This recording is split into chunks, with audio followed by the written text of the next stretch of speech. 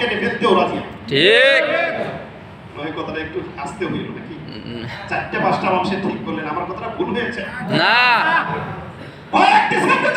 না?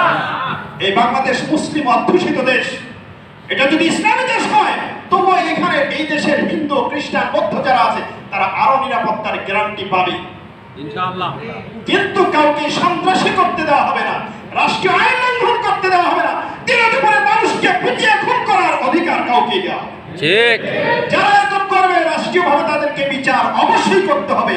যদি তার শাস্তি ফাঁসি হয়, প্রকাশ্যে ফাঁসিতে মৃত্যুদণ্ড কার্যকর করতে হবে। দুর্বলতার কোনো সুযোগ নেই।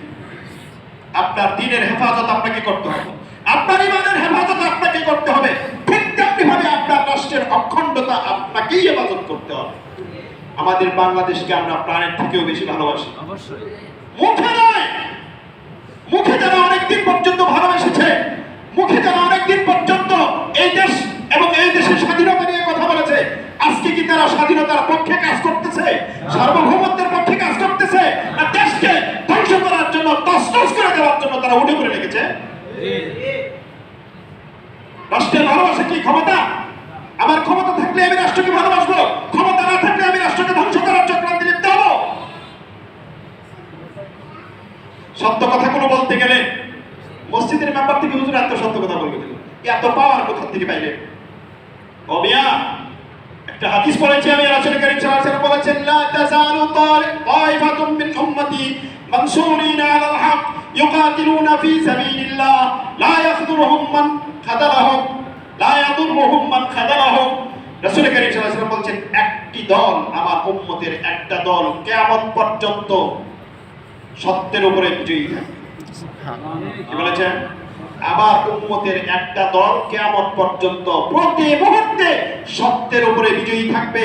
তারা আল্লাহর রাস্তায় জিহাদ করবে, যুদ্ধ করবে ইসলামকে বিজয়ী করার জন্য। তাদের কোনো সমালোচনা, তাদের কোনো বিরোধিতাকারীর বিরোধিতা, তাদের কোনো রক্তচক্ষু কোনো কিছুই তাদেরকে কি করতে পারবে না, প্রতিহত করতে পারবে না। তারা আপন গতিতে সামনে চলতেই থাকবে।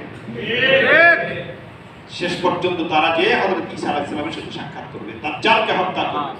সাথে আরেকটা সুসংবাদ দিতে চাই, সেই দিন বেশি দূরে নয়। ওদের এত জ্বালা কেন জানেন? এটা আপনারাও জানেন। 7 সিস্টার্স আছে না এদিকে? আজকে যদি 2-4 মিনিট সময় চলে যাচ্ছে, আপনারা কষ্ট পাচ্ছেন? একটু বলতে হচ্ছে, আমাদেরকে একটু বলতে হচ্ছে। কেন এত গায়ের জ্বালা? একজন সন্ত্রাসীকে, একজন খুনিকে, একজন রাষ্ট্রদ্রোহীকে সুনির্দিষ্ট অপরাধের ভিত্তিতে, অভিযোগের ভিত্তিতে গ্রেফতার করার পরে আরেকটা রাষ্ট্রকে, আরেকটা রাষ্ট্রের, অন্য রাষ্ট্রের আভ্যন্তরীণ বিষয়ে হাত ঢুকাবে, এই অধিকার কে দিয়েছে তাকে? অথচ তারা নিজের চেহারা এনে দেখুন, কোন হত্যার অপরাধে কত মুসলমানকে তারা জীবন্ত পুড়িয়ে হত্যা করেছেন। আজকে যে সেই দেশের ক্ষমতার মস্তদে কি কসাই ওর প্রত্যক্ষ মদদে 2000 মুসলমানকে জীবন্ত জ্বালিয়ে পুড়িয়ে হত্যা করা হয়েছিল। তারা আমাদেরকে মানবতা শিখাতে আসে, তারা আমাদেরকে সাম্প্রদায়িক সম্প্রীতি শিখাতে আসে। আমাদের দেশের মুসলমানরা যদি তোমাদের মতো উগ্র হতো, এদেশে একজন অমুসলিম থাকতে পারত না। মুসলিম শাসকরা যদি উগ্র হতো, তোমাদের মতো সন্ত্রাসী হতো।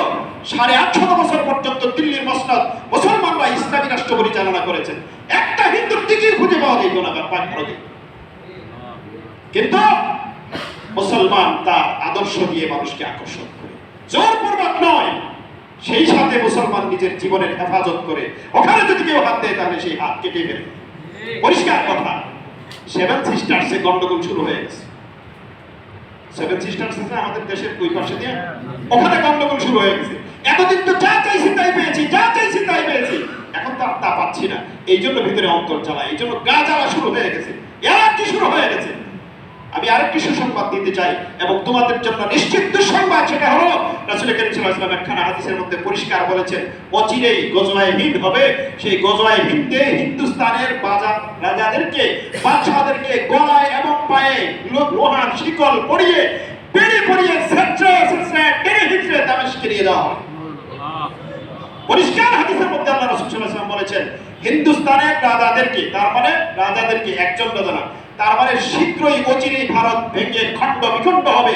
ওখানে হিন্দু বা হিন্দুত্ববাদের রাজত্ব অনেকগুলা প্রতিষ্ঠা হবে, আর সেইখানকার রাজাদেরকে গলার মধ্যে লোহা লোহার শিকল বেড়ি পড়ায়া পায়ের মধ্যে লোহার শিকল দিয়ে বেঁধে টেনে হিচড়ে মুজাহিদরা কোথায় নিয়ে যাবে?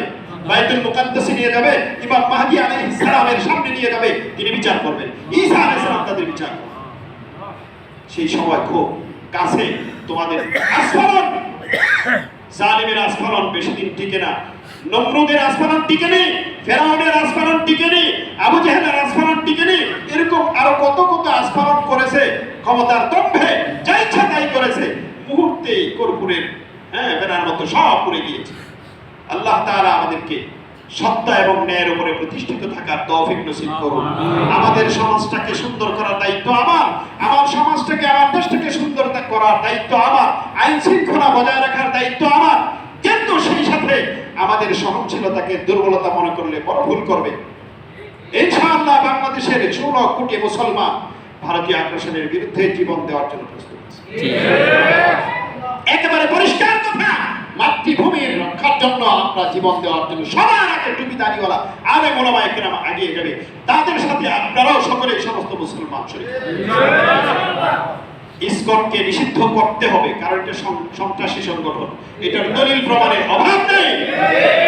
এটাকে নিষিদ্ধ করতে হবে, সন্ত্রাসী কোনো সংগঠন এই দেশে চলতে দেওয়া হবে না।